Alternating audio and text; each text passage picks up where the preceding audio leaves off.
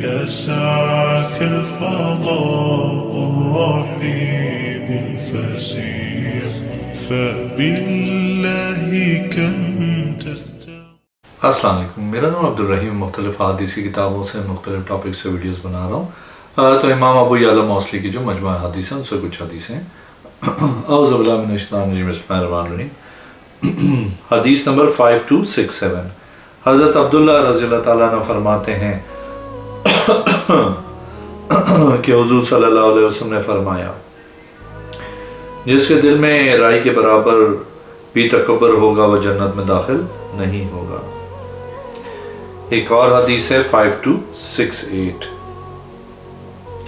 حضرت انس رضی اللہ تعالیٰ عنہ سے روایت ہے کہ انہوں نے حضرت عبداللہ بن مسعود رضی اللہ تعالیٰ عنہ سے روایت کی کہ نبی کریم صلی اللہ علیہ وسلم نے فرمایا، سب سے آخر میں جو آدمی جنت میں داخل ہوگا وہ ہوگا جو پل صراط پہ ایک بار منہ کے بل گرے گا، پھر اٹھ کے چلے گا اور اسے ایک آگ کی گرمی لگے گی، بس جب پل صراط سے پار ہو جائے گا اس کی طرف متوجہ ہو کے کہے گا، برکتوں والی ہے وہ ذات جس نے مجھے تجھ سے نجات دی، مجھے اس چیز سے نوازا جس چیز سے اولین و آخرین میں سے کسی کو نہیں نوازا۔ آپ صلی اللہ علیہ وسلم نے فرمایا، بس ایک جنتی درخت اٹھا کر اس کے سامنے لایا جائے گا، وہ اس کی طرف دیکھے گا اور کہے گا، اے میرے رب مجھے اس درخت کے قریب کر دے تاکہ میں اس کا سایہ حاصل کر سکوں اور جنت کا پانی پی سکوں۔ بس اللہ فرمائے گا، اے میرے بندے، بس ممکن ہے کہ اگر میں تجھے اس کے قریب کروں تو مزید سوال کرے، بس وہ کہے گا، اے میرے رب میں معاہدہ کرتا ہوں کہ اور کسی چیز کا سوال نہیں کروں گا، حالانکہ اللہ جانتا ہے کہ وہ سوال کرے گا کیوں، وہ اس کی بے صبری کو دیکھ رہا ہے۔ بس وہ اسے قریب کر دے گا، پھر اس کے لیے اس سے زیادہ خوبصورت درخت ظاہر کیا جائے گا۔ بس وہ عرض کرے گا، اے میرے رب مجھے اس درخت کے قریب فرما دے تاکہ میں اس کا سایہ حاصل کروں، میں اس کا پانی پی سکوں۔ بس اللہ فرمائے گا، اے میرے بندے، تو نے میرے ساتھ معاہدہ نہیں کیا تھا کہ تم مجھ سے اس کے علاوہ کا سوال نہیں کرے گا؟ بس وہ عرض کرے گا، یہ دے دے، اس کے علاوہ نہیں مانگوں گا۔ بس اللہ اسے قریب کر دے گا، بس جنت کے عین دروازے پر اس کے لیے ایک درخت ظاہر کیا جائے گا۔ بس وہ کہے گا، میرے رب مجھے اس درخت کے قریب کر دے تاکہ میں اس کا سایہ حاصل کر سکوں اور پانی پی سکوں۔ اللہ فرمائے گا، میرے بندے، کیا تو نے مجھ سے معاہدہ نہیں کیا تھا کہ تو مجھ سے اس کے علاوہ کا سوال نہیں کرے گا؟ بس وہ کہے گا، یہ عطا کر، اس کے علاوہ نہیں مانگوں گا۔ بس وہ اللہ سے پکا وعدہ کرے گا، حالانکہ اللہ جانتا ہے کہ وہ مزید کا سوال کرے گا کیونکہ وہ دیکھتا ہے کہ اس پہ صبر نہیں کر سکے گا۔ بس اللہ اسے قریب کر دے گا، سو وہ جنتیوں کی آوازیں سنے گا، عرض کرے گا، اے میرے رب جنت دے، جنت دے۔ بس اللہ فرمائے گا، اے میرے بندے، تو نے مجھ سے پکا وعدہ نہیں کیا تھا کہ تو مجھ سے اس کے علاوہ نہیں مانگے گا؟ بس وہ کہے گا، اے میرے رب تو مجھے جنت میں داخل کر ہی دے۔ اللہ تبارک تعالیٰ فرمائیں گے، میرے رب تو مجھے اپنا ارادہ پورا کرنے سے نہیں روک سکتا، کیا تو اس پہ راضی ہوگا کہ میں تجھے دنیا اور اس کے ساتھ کے برابر جنت عطا کر دوں؟ راوی کا بیان ہے، بس وہ عرض کرے گا، تو رب العزت ہو کے مجھ سے مذاق کرتا ہے؟ بس حضرت عبداللہ رضی اللہ تعالیٰ عنہ ہنس پڑے حتیٰ کہ آپ کی داڑھیں ظاہر ہوئیں، پھر فرمایا، تم مجھ سے پوچھتے کیوں نہیں کہ میں کیوں ہنسا؟ انہوں نے عرض کی، آپ کیوں ہنسے؟ فرمایا، کیونکہ رسول کریم صلی اللہ علیہ وسلم ہنسے تھے۔ اور حدیث ہے 5269، حضرت عبداللہ بن مسعود رضی اللہ تعالیٰ عنہ فرماتے ہیں کہ میں 3 چیزوں سے نہیں روکا جاتا تھا، سرگوشی سے اور اس سے اور اس سے۔ حضرت عبداللہ رضی اللہ تعالیٰ عنہ فرماتے ہیں، ایک میرا چچا بھول گیا، دوسری میں بھول گیا ہوں، یہ ایک باقی رہ گئی ہے۔ میں آپ کے پاس آیا، آپ کے پاس مالک الحادی موجود تھے، میں نے ان کی آخری گفتگو سنی، بات کر رہے تھے، یا رسول اللہ صلی اللہ علیہ وسلم، میں ایسا آدمی ہوں کہ مجھے حسن و جمال دیا گیا جو آپ دیکھ رہے ہیں، میں پسند نہیں کرتا کہ میرے اس حصے پہ کسی کو فوقیت دی جائے، کیا یہ سرکشی تو نہیں ہے؟ آپ نے فرمایا، نہیں، سرکشی یہ ہے کہ حق کو حقیر جاننا اور لوگوں کو حقیر جاننا۔ ایک اور حدیث ہے 5270، حضرت عبداللہ بن مسعود رضی اللہ تعالیٰ عنہ فرماتے ہیں کہ حضور صلی اللہ علیہ وسلم ایک چٹائی پہ آرام کر رہے تھے، اس چٹائی کے نشانات آپ کی کروٹوں پر تھے۔ ہم نے عرض کی یا رسول اللہ صلی اللہ علیہ وسلم، کیا آپ ہمیں اجازت دیتے ہیں کہ ہم آپ کے نیچے اس سے نرم شے بچھائیں؟ آپ صلی اللہ علیہ وسلم نے فرمایا مجھے دنیا سے کیا تعلق ہے؟ میری مثال اور دنیا کی مثال اس مسافر کی طرح ہے جو گرمی کے موسم میں چلے پھر ایک درخت کے نیچے آرام کرے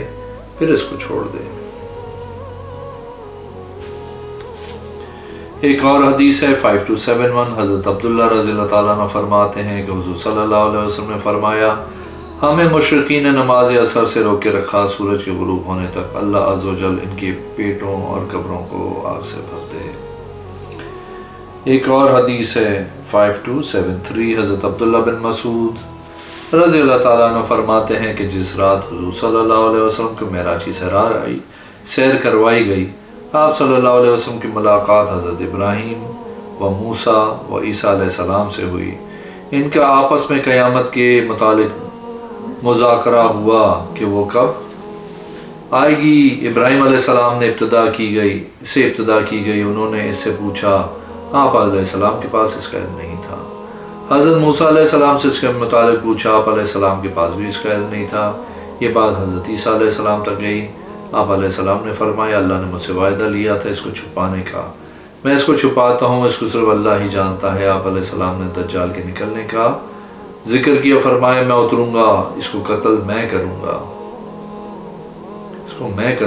گا، لوگ اپنے شہروں کی طرف نکلیں گے، ان کے سامنے یاجوج ماجوج ہوں گے، وہ دیوار سے نکلیں گے، وہ کسی پانی کے پاس سے گزریں گے، وہ اس کو پی جائیں گے، ہر شے کی تباہی کریں گے، اللہ سے پناہ لیں گے۔ میں ان کے خلاف اللہ سے دعا کروں گا، بس اللہ ان کو مار دے گا، زمین میں ان کی بدبو پھیل جائے گی، میں اللہ سے دعا کروں گا کہ اللہ آسمان سے ہوا کو بھیج، وہ ان کے جسموں کو اٹھا کے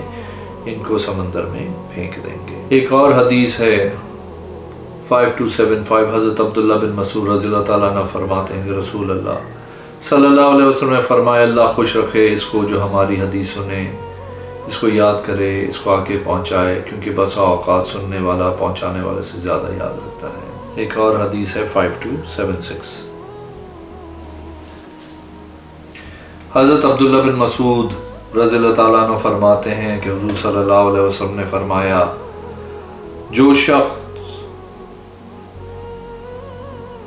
جو آدمی کلمات کہتا ہے غم اور پریشانی میں، اللہم انی عبدکا وابن عبدکا ناصیتی بیادکا مادن فیا حکمکا عدل فیا قضاؤکا اسألک بکل اسم سمیت بہ نفسکا او انزلتہ فی کتابکا او علمتہ احدا من خلقکا او استأثرت بہ فی علم الغیب عندک ان تجعل القرآن ربیع قلبی و نور بصری و جلا حزنی و ذہاب ہمی الا اذہب اللہ ہمہ و ابدلہ مکانا خزنہ فراہن۔ اللہ اس کے غم کو دور کر دیتا، اس کی پریشانی کو کھول دیتا۔ ہم نے عرض کیا رسول اللہ صلی اللہ علیہ وسلم بہتر ہے ہم ان کلمات کو یاد کر لیں؟ آپ صلی اللہ علیہ وسلم نے فرمایا جی ہاں بہتر ہے اس کے لیے جو سنے اس کو یاد کر لیں۔ ایک اور حدیث ہے 5277، حضرت عبداللہ بن مسعود رضی اللہ تعالیٰ عنہ فرماتے ہیں کہ رسول اللہ صلی اللہ علیہ وسلم نے فرمایا اسلام کی چکی 35، 36 یا 37 سال کے آخر تک گھومتی رہے گی، اگر وہ ہلاک ہو گئے تو مرنے کی راہ یہی ہے، اگر باقی رہے تو ان کا دین 70 سال تک باقی رہے گا۔ ایک اور حدیث ہے 5278، حضرت عبداللہ بن مسعود رضی اللہ تعالیٰ عنہ فرماتے ہیں کہ حضور صلی اللہ علیہ وسلم نے فرمایا میں تم کو قبروں کی زیارت سے منع کرتا تھا، اب ان کی زیارت کر لیا کرو۔ میں تم کو منع کرتا تھا کہ قربانی کی گوشت روکنے سے 3 دن سے زیادہ روک لیا کرو۔ میں تم کو منع کرتا تھا ان برتنوں میں پینے سے پی لیا کرو اور ہر نشے والی چیز سے بچو۔ ایک اور حدیث ہے 5279، حضرت عبداللہ رضی اللہ تعالیٰ عنہ فرماتے ہیں کہ عرض کی گئی اے اللہ کے رسول آپ نے اپنے جس امتی کو دیکھا ہی نہیں تو قیامت کے دن اسے کیسے پہچانیں گے؟ آپ صلی اللہ علیہ وسلم نے فرمایا ان کی پیشانیاں چمک رہی ہوں گی، وضو کے اثر سے ان کے اعضاء روشن ہوں گے۔ ایک اور حدیث ہے 5280، حضرت عبداللہ رضی اللہ تعالیٰ عنہ سے روایت ہے کہ لیلۃ الجن، جنوں والی رات میں نبی کریم صلی اللہ علیہ وسلم نے فرمایا کیا تیرے پاس وضو کا پانی ہے؟ حضرت عبداللہ رضی اللہ تعالیٰ عنہ نے کہا کوئی چیز نہیں سوائے کھجور کے جوس کے جو ایک برتن میں ہے، بس آپ صلی اللہ علیہ وسلم نے فرمایا لاؤ، کھجور پاکیزہ ہے اور پانی پاک ہے۔ ایک اور حدیث ہے 5281، حضرت ابن مسعود رضی اللہ تعالیٰ عنہ فرماتے ہیں خبردار میں تم لوگوں کو رسول کریم صلی اللہ علیہ وسلم کی نماز جیسی نماز پڑھاتا ہوں۔ بس آپ رضی اللہ تعالیٰ عنہ ان کو نماز پڑھائے، لیکن پوری نماز میں صرف ایک ہی بار کانوں تک ہاتھ اٹھائے، یعنی شروع میں۔ ایک اور حدیث ہے 5282، حضرت عبداللہ بن مسعود رضی اللہ تعالیٰ عنہ فرماتے ہیں کہ رسول اللہ صلی اللہ علیہ وسلم کو سیر کرائی گئی، آپ صلی اللہ علیہ وسلم سدرۃ المنتہا تک پہنچے، وہ چھٹے آسمان پہ ہے، اس تک پہنچتی ہے جو کچھ زمین سے بلند ہوتا ہے، اسے قبض کیا جاتا ہے، جو کچھ اس کے اوپر سے نیچے آتا ہے، اس کی انتہا بھی یہی مقام ہے، بس اس کے لیے لیا جاتا ہے از یکسس صدرہ، اس کا فرش سونے کا۔ حضور صلی اللہ علیہ وسلم کو 3 تحفے دیے گئے، 5 نمازیں، سورہ بقرہ کا آخری رکوع اس کو بخش دیا جائے گا جس نے اللہ کے ساتھ کسی کو شریک نہ ٹھہرایا، آپ صلی اللہ علیہ وسلم کی امت سے۔ ایک اور حدیث ہے 5283، حضرت عبداللہ رضی اللہ تعالیٰ عنہ فرماتے میں رسول کریم صلی اللہ علیہ وسلم کے پاس حاضر ہوئے اس حال میں کہ آپ صلی اللہ علیہ وسلم چمڑے کے خیمے میں تشریف فرماتے، تقریباً 40 آدمی تھے۔ آپ صلی اللہ علیہ وسلم نے فرمایا بے شک تم پہ دولت کے دروازے کھول دیے جائیں گے، تمہاری مدد کی جائے گی، فتح حاصل کرو گے اور مال غنیمت پاؤ گے، بس تم میں سے جو کوئی وہ زمانہ پائے تو اسے چاہیے کہ اللہ سے ڈرے، نیکی کا حکم دے، برائی سے روکے اور صلہ رحمی کرے، اور جس نے مجھ پہ جان بوجھ کے جھوٹ بولا اسے چاہیے کہ اپنا ٹھکانہ جہنم میں بنا لے، اور جو آدمی ناحق اپنی قوم کی مدد کرتا ہے اس کی مثال اس اونٹ کی ہے جو کنویں سے اپنی دم کے ذریعے پانی کھینچتا ہے۔ ایک اور حدیث ہے 5284، حضرت عبداللہ بن مسعود رضی اللہ تعالیٰ عنہ فرماتے ہیں کہ حضور صلی اللہ علیہ وسلم ایام بیس کے 3 روزے نہیں چھوڑتے تھے، ہر چاند کے فرمایا جمعے کے دن بھی افطار نہیں کرتے تھے، اگر ایام بیس جمعے کے دن آتا تو آپ اس دن بھی رکھتے تھے۔ ایک اور حدیث ہے 5285، حضرت عبداللہ بن مسعود رضی اللہ تعالیٰ فرماتے ہیں کہ حضور صلی اللہ علیہ وسلم نماز عشاء کو مؤخر کیا، ایک رات پھر نکلے مسجد کی طرف، صحابہ کرام آپ صلی اللہ علیہ وسلم کا انتظار کر رہے تھے۔ آپ صلی اللہ علیہ وسلم نے فرمایا اہل ایمان میں سے کوئی بھی سوا اللہ کا ذکر نہیں کر رہا ہے، تمہارے علاوہ یہ آیتیں نازل کی گئیں، لیسوا سواء من اہل الکتاب امۃ قائمۃ، سورہ آل عمران نمبر 113، واللہ علیم بالمتقین، سورہ آل عمران 115۔ ایک اور حدیث ہے 5286، حضرت عبداللہ بن مسعود رضی اللہ تعالیٰ عنہ فرماتے ہیں کہ حضور صلی اللہ علیہ وسلم نے فرمایا جس نے جان بوجھ کر مجھ پہ جھوٹ باندھا اس کو چاہیے کہ وہ اپنا ٹھکانہ جہنم میں بنا لے۔ ایک اور حدیث ہے 5287، حضرت عبداللہ رضی اللہ تعالیٰ عنہ فرماتے ہیں حضور صلی اللہ علیہ وسلم نے فرمایا اگر میری امت میں سے کسی کو خلیل بناتا تو میں ضرور ابو بکر کو بناتا۔ ایک اور حدیث ہے 5288، حضرت عبداللہ بن مسعود رضی اللہ تعالیٰ عنہ فرماتے ہیں کہ حضور صلی اللہ علیہ وسلم سفر میں روزہ کبھی رکھتے تھے کبھی نہیں رکھتے تھے،